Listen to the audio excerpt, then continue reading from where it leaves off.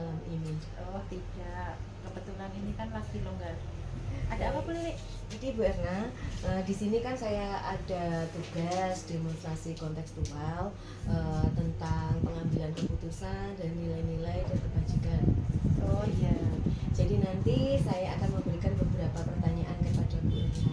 Oh iya, siap membantu Bu Lili. Siap, terima kasih. Baik, untuk pertanyaan Bu Erna, yang pertama nih Bu Erna, Iya. selama ini bagaimana Bu Erna dapat mengidentifikasi kasus-kasus yang merupakan dilema etika atau rujukan moral?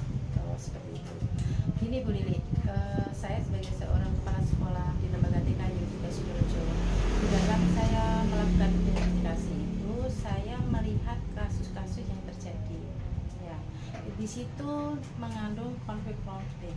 Nah, dari situlah Bu Lili saya bisa mengidentifikasinya. Seperti itu nih Bu Erna. Iya. Selanjutnya untuk pertanyaan kedua, selama ini bagaimana Bu Erna menjalankan pengambilan keputusan terkait untuk dilema etika?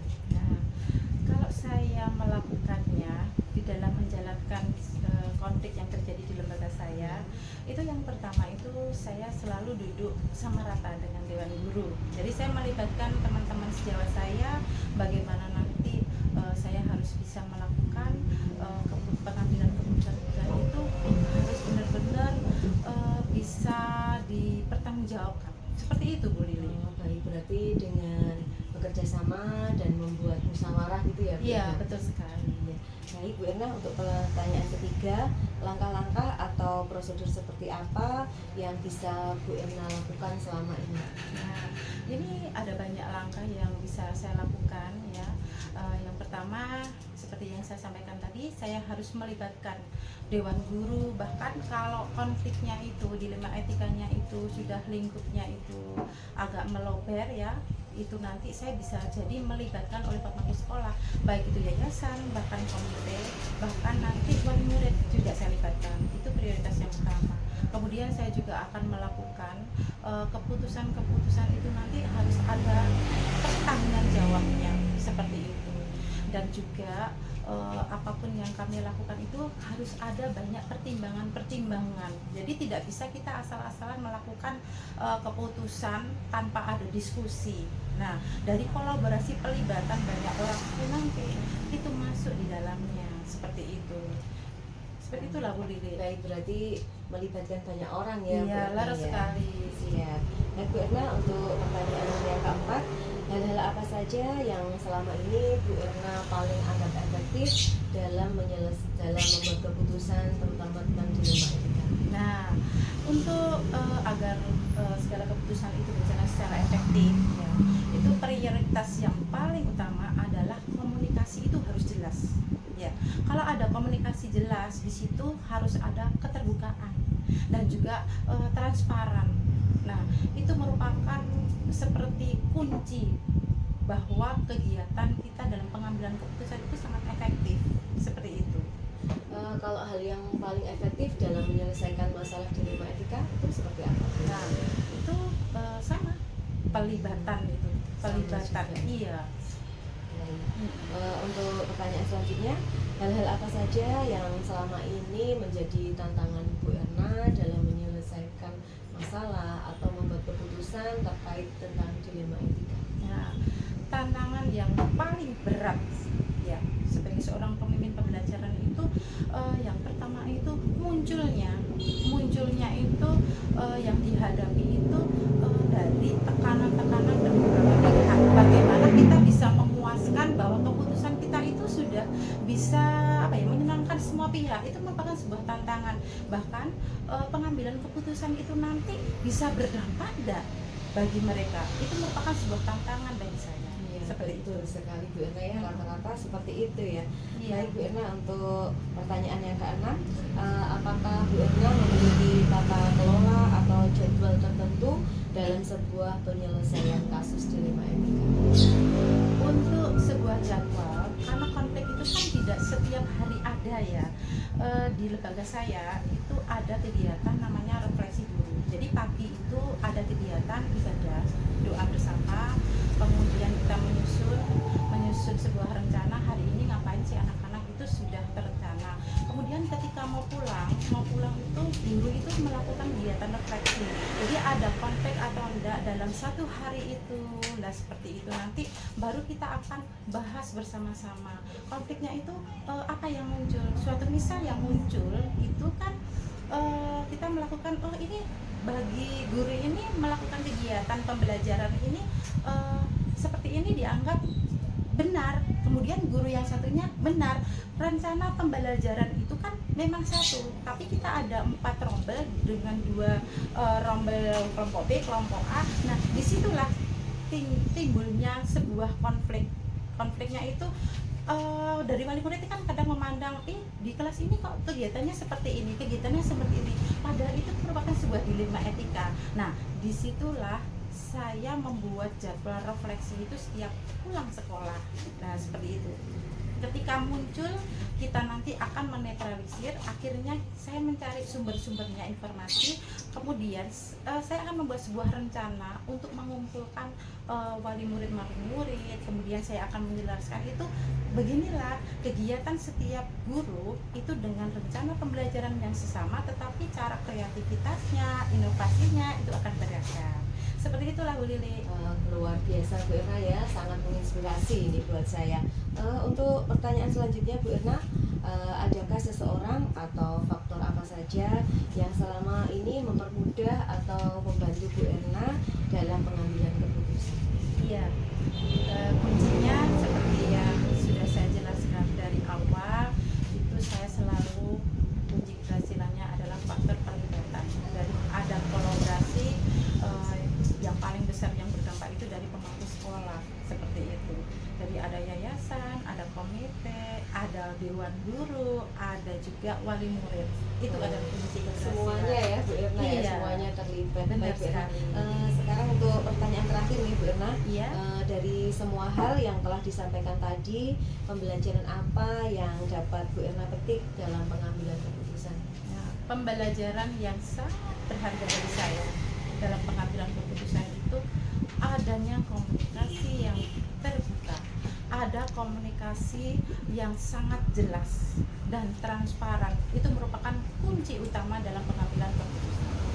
Assalamualaikum, selamat siang Bu Nurul. Waalaikumsalam Bu Lili, selamat siang juga. Bagaimana kabarnya Bu Nurul? Alhamdulillah baik. Iya, mohon maaf Bu Nurul ya, saya Oke. sudah mengganggu waktunya Bu Nurul. Oke. Di sini saya nanti akan mewawancarai Bu Nurul terkait pengambilan keputusan sebagai pimpinan, ya. Oke, silakan. Jadi saya nanti akan mengajukan beberapa pertanyaan Iya, nih, Bu monggo, Nurul. monggo. Siap. Baik, untuk pertanyaan pertama Bu Nurul, selama ini bagaimana Bu Nurul mengidentifikasi kasus-kasus yang merupakan dilema etika atau bujukan moral? Selama ini saya mengidentifikasi dengan melihat kasus tersebut terlebih dahulu melalui monitoring dan pengumpulan bukti-bukti Bu Lili. Baik Bu Nurul, untuk pertanyaan kedua nggih. Iya, monggo. Selama ini bagaimana Bu Nurul menjalankan pengambilan keputusan di sekolah, terutama untuk kasus-kasus di mana ada dua kepentingan yang sama-sama benar atau sama-sama mengandung nilai kebajikan? Selama ini saya mengambil keputusan dari hasil akhir dan berpihak pada murid. Wah, Gitu keren saja. sekali. Iya. Nggih, nggih. Baik, sekarang untuk pertanyaan ketiga nih Bu Iya, Nurul. monggo silakan. Langkah-langkah atau prosedur seperti apa yang biasanya Bu Nurul lakukan selama ini? Langkah-langkah yang saya ambil mengumpulkan bukti dan fakta kejadian tersebut, menentukan siapa yang terlebih dahulu mengadakan musyawarah untuk mengambil keputusannya. Oh, seperti itu. Nggih. Berarti dipecahkan bersama-sama Oke, ya. betul, betul. Ya, baik Bu Nurul, selanjutnya pertanyaan keempat Oke. ya. Hal apa saja yang selama ini Bu Nurul anggap paling efektif dalam pengambilan keputusan pada kasus-kasus dilema etika? Hal yang paling efektif dalam pendekatan personal melalui coaching dan restitusi, Bu. Wah, keren sekali Bu Oke. Nurul. Selanjutnya nggih Bu Nurul, untuk Oke. pertanyaan kelima, hal-hal apa saja yang selama ini merupakan tantangan Bu Nurul dalam pengambilan keputusan pada kasus-kasus dilema etika? Tantangan saya adalah menghadapi kurang keterbukaannya guru terhadap permasalahan yang dihadapi, sehingga saya tidak bisa membantu dalam penyelesaiannya. Oh, baik. Untuk selanjutnya nggih Bu Nurul nggih, Nggih. pertanyaan keenam. Apakah Bu Nurul memiliki sebuah tata kala atau jadwal tertentu dalam sebuah penyelesaian kasus dilema etika? Apakah Bu Nurul langsung menyelesaikan di tempat atau memiliki sebuah jadwal untuk menyelesaikannya? Bentuk atau prosedur seperti apa yang selama ini Bu Nurul jalankan? Saya tidak mempunyai jadwal. Jika terjadi ada suatu masalah akan saya selesaikan hari itu juga jika itu masalahnya bisa diselesaikan. Dan saya minta ada waktu tertentu bila ada permasalahan lebih sulit yang saya hadapi. Baik Bu Nurul. Sekarang pertanyaan ketujuh nih Bu Nggih. Nurul nggih. Adakah seseorang atau faktor-faktor apa yang selama ini mempermudah atau membantu Bu Nurul dalam pengambilan keputusan dalam kasus-kasus dilema etika? Ada, selalu ada. Yayasan saya selalu membantu saya dalam penyelesaian segala hal. Berarti yayasan itu Sangat membantu sangat sekali. membantu Bisa panjenengan. diajak. Baik Bu Nurul, untuk pertanyaan terakhir nggih. Nggih. Dari semua hal yang telah disampaikan, pembelajaran apa yang dapat Bu Nurul petik dari pengalaman Bu Nurul mengambil keputusan dilema etika? Saya lebih menjadi bijaksana dan lebih tenang dan tidak terburu-buru dalam mengambil keputusan agar keputusan yang saya ambil tidak berdampak negatif di kemudian hari. Baik, terima Nggih. kasih banyak ya Bu Nurul. Nggih. Mohon maaf saya sudah Nggih. mengganggu waktu panjenengan. Nggih. Salam sukses dan sehat selalu untuk Bu Nurul. Terima kasih. Terima kasih, Bu Nurul. Nggih, sama-sama. Selamat siang Bu Debi. Selamat siang Bu. Ya, mohon maaf Bu Debi ya, saya mengganggu waktu Bu Debi sebentar untuk wawancara terkait tugas demonstrasi kontekstual saya di modul 3.1 tentang pengambilan keputusan berbasis nilai kebajikan sebagai pemimpin. Siap. Ini saya nanti akan mengajukan beberapa pertanyaan ya Bu Debi. Siap.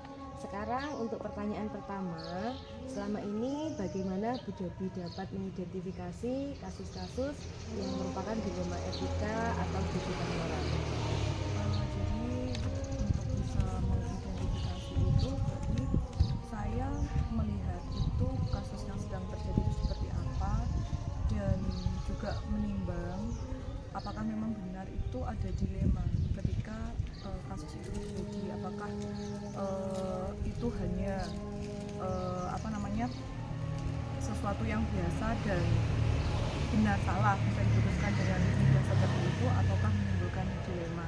Dan terkadang juga saya mungkin juga akan mencari masukan dari rekan-rekan yang ada di sekolah untuk bisa tahu benarkah ini adalah kasus yang dilematis ataukah cukup diputuskan benar. Baik Bu Debi, sekarang pertanyaan kedua nih Bu Debi. Selama ini bagaimana Bu Debi menjalankan pengambilan keputusan di sekolah, terutama untuk kasus-kasus di mana ada dua kepentingan yang sama-sama benar atau sama-sama mengandung nilai kebajikan? Jadi untuk bisa mengambil keputusan yang tepat, saya akan bersama-sama dengan rekan-rekan sejawat berdiskusi. Jadi kita akan sama-sama mengeluarkan pendapat kita, solusi yang bisa ditawarkan menurut rekan-rekan seperti apa, dan dari solusi-solusi itu nanti kita akan kerucutkan ke kalau bisa kepada satu solusi. Dan kalau memang itu ada hubungannya dengan wali murid, maka di situ juga nanti akan diinformasikan kepada wali murid dasar landasan kenapa kok kita mengambil keputusan seperti itu. Baik Bu Debi. Selanjutnya untuk pertanyaan ketiga, langkah-langkah atau prosedur seperti apa yang biasanya Bu Debi lakukan dalam mengambil keputusan selama ini? Jadi kalau kami di lembaga itu sebelum kami memutuskan segala sesuatu itu, jadi ada rapat intern dulu dari guru, terus dari itu guru kan menghasilkan keputusan, terus dari itu dari situ kami konsultasikan ke yayasan apakah berkenan dengan mungkin rancangan program kami seperti ini. Nah dari situ nanti kita akan keluarkan, jadi sebagai contoh sebelum tahun ajaran kami di lembaga itu ada rapat istilahnya awal tahun ajaran. Jadi di situ diinformasikan kita nanti 1 tahun ke depan itu rancangannya seperti apa. Terus sudah itu juga ada pengambilan keputusan juga, dalam artian contohnya saja ini kita ada kegiatan tengah semester. Nah kegiatan tengah semester ini kami rancangan ada seperti ini. Untuk wali murid seperti apa pilihannya, dan nanti untuk hasilnya mereka diberikan istilahnya lembaran kosong untuk bisa memutuskan. Baik Bu Devi ya. Selanjutnya untuk pertanyaan keempat, hal apa saja yang selama ini Bu Devi anggap efektif dalam pengambilan keputusan pada kasus-kasus dilema etika? Jadi kalau menurut saya sesuatu yang efektif itu pasti sesuatu yang sudah kita pertimbangkan masa-masa bersama-sama.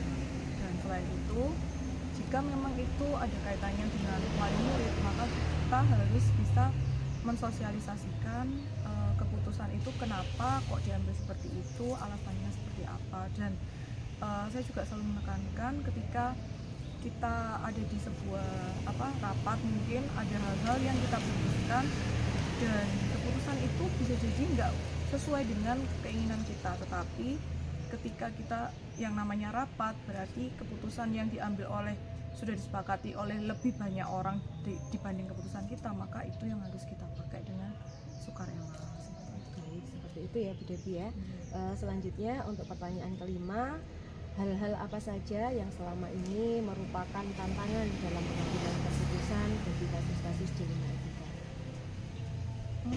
Ya itu ada yang merasa keputusan itu kan tidak bisa menyenangkan semua orang. Pasti ada yang merasa ya ini keputusannya tepat, tapi ada juga bisa jadi pihak-pihak yang merasa kok diputuskan seperti ini, seperti itu. Berarti ada pihak-pihak yang merasa dirugikan gitu, yang merasa gitu ya. Baik Bu Devi, untuk selanjutnya, apakah Bu Devi memiliki sebuah tata kala atau jadwal tertentu dalam sebuah penyelesaian kasus dilema etika? Apakah Bu Devi langsung menyelesaikan di tempat atau memiliki sebuah jadwal untuk menyelesaikannya, bentuk atau prosedur seperti apa gitu Bu Devi? Ya, jadi kalau kita mau mengambil sebuah keputusan bertentangan saya dan lembaga, jadi kita akan berkumpul dulu, bertemu dulu. Jadi kita ada pertemuan internal, ini ada misalnya kasus seperti ini, keputusan apa yang harus kita ambil. Jadi saya seperti yang tadi sudah saya sampaikan di depan, jadi kita masing-masing itu mengeluarkan pendapat kita. Dan ada juga itu mungkin kalau kita kurang kompeten di bidang itu, saya juga pernah juga menanyakan saran orang yang memang dia kompeten di bidang itu. Jadi keputusan yang kita ambil itu memang ya sudah melalui beberapa tahapan. Terus untuk hal-hal yang sifatnya membutuhkan banyak pertimbangan itu, kalau misalnya itu ada kejadian pada saat rapat, itu pasti saya nggak bisa menjawab keputusannya seperti apa pada saat itu, karena takutnya nanti yang keluar itu bukan sesuatu yang sudah terencana dengan baik, tapi sesuatu yang impulsif, jadi nanti hasilnya itu kurang bagus. Jadi kalau misalnya ada yang seperti itu, pasti saya minta waktu untuk pikirkan. Sebuah tata kala atau jadwal tertentu dalam sebuah penyelesaian kasus dilema etika, apakah Bu Devi langsung menyelesaikan di tempat atau memiliki sebuah jadwal untuk menyelesaikannya, bentuk atau prosedur seperti apa gitu Bu Devi? Ya, jadi kalau kita mau mengambil sebuah keputusan bertentangan saya dan lembaga, jadi kita akan berkumpul dulu, bertemu dulu. Jadi kita ada pertemuan internal, ini ada misalnya kasus seperti ini, keputusan apa yang harus kita ambil. Jadi saya seperti yang tadi sudah saya sampaikan di depan, jadi kita masing-masing itu mengeluarkan pendapat kita.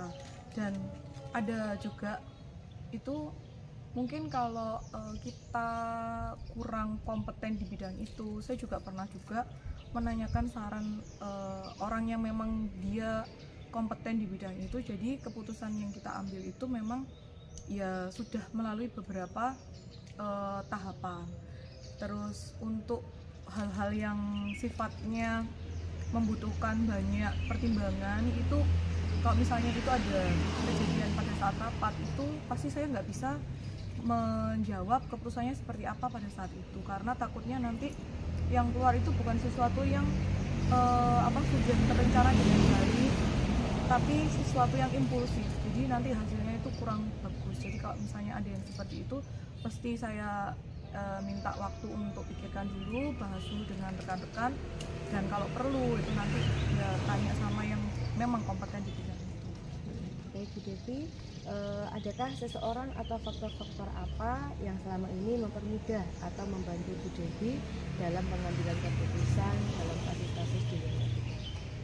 Jadi kalau menurut saya yang mempermudah itu tadi, kalau kita kerja beberapa, maksudnya bersama-sama, terus kita mengeluarkan ide kita, memang sih banyak kepala itu banyak ide dan itu akan mempersulit kita, tetapi ketika ada beberapa ide yang keluar, di situ juga kan berarti ada beberapa pribadi yang memikirkan ini keputusannya yang terbaik dari semua sisi. Mungkin kan kita sebagai seorang saya kepala sekolah mungkin terbatas memandangnya dari satu sisi atau satu segi ini, tapi kalau kita sama-sama itu bisa lebih istilahnya lebih kompleks, sehingga keputusannya itu sudah melalui tahapan dan itu sudah yang paling tidak lebih baik seperti itu. Baik, tapi keputusannya itu dilakukan secara bersama-sama ya Bu Devi, ya, berkolaborasi. Baik, untuk pertanyaan terakhir Bu Devi, dari semua hal yang telah disampaikan, pembelajaran apa yang dapat Bu Devi petik dari pengalaman mengambil keputusan untuk dilema etika? Jadi kalau pengalaman yang bisa dipetik itu yang pertama, kalau kita mengambil suatu keputusan yang kondisinya dilematis, nggak bisa dikatakan betul atau salah, berarti di situ kita perlu waktu untuk bisa menyaring, memutuskan, dan perlu rekan untuk kita bisa mencari solusi yang terbaik atau keputusan yang terbaik itu seperti apa. Dan juga kalau perlu juga kita akan konsultasi kepada yang kompeten di bidangnya, sehingga keputusan itu sudah melalui tahapan, dan kalau lebih banyak yang berpikir sepertinya ya lebih lebih segi yang dipandang itu lebih bisa mewadahi.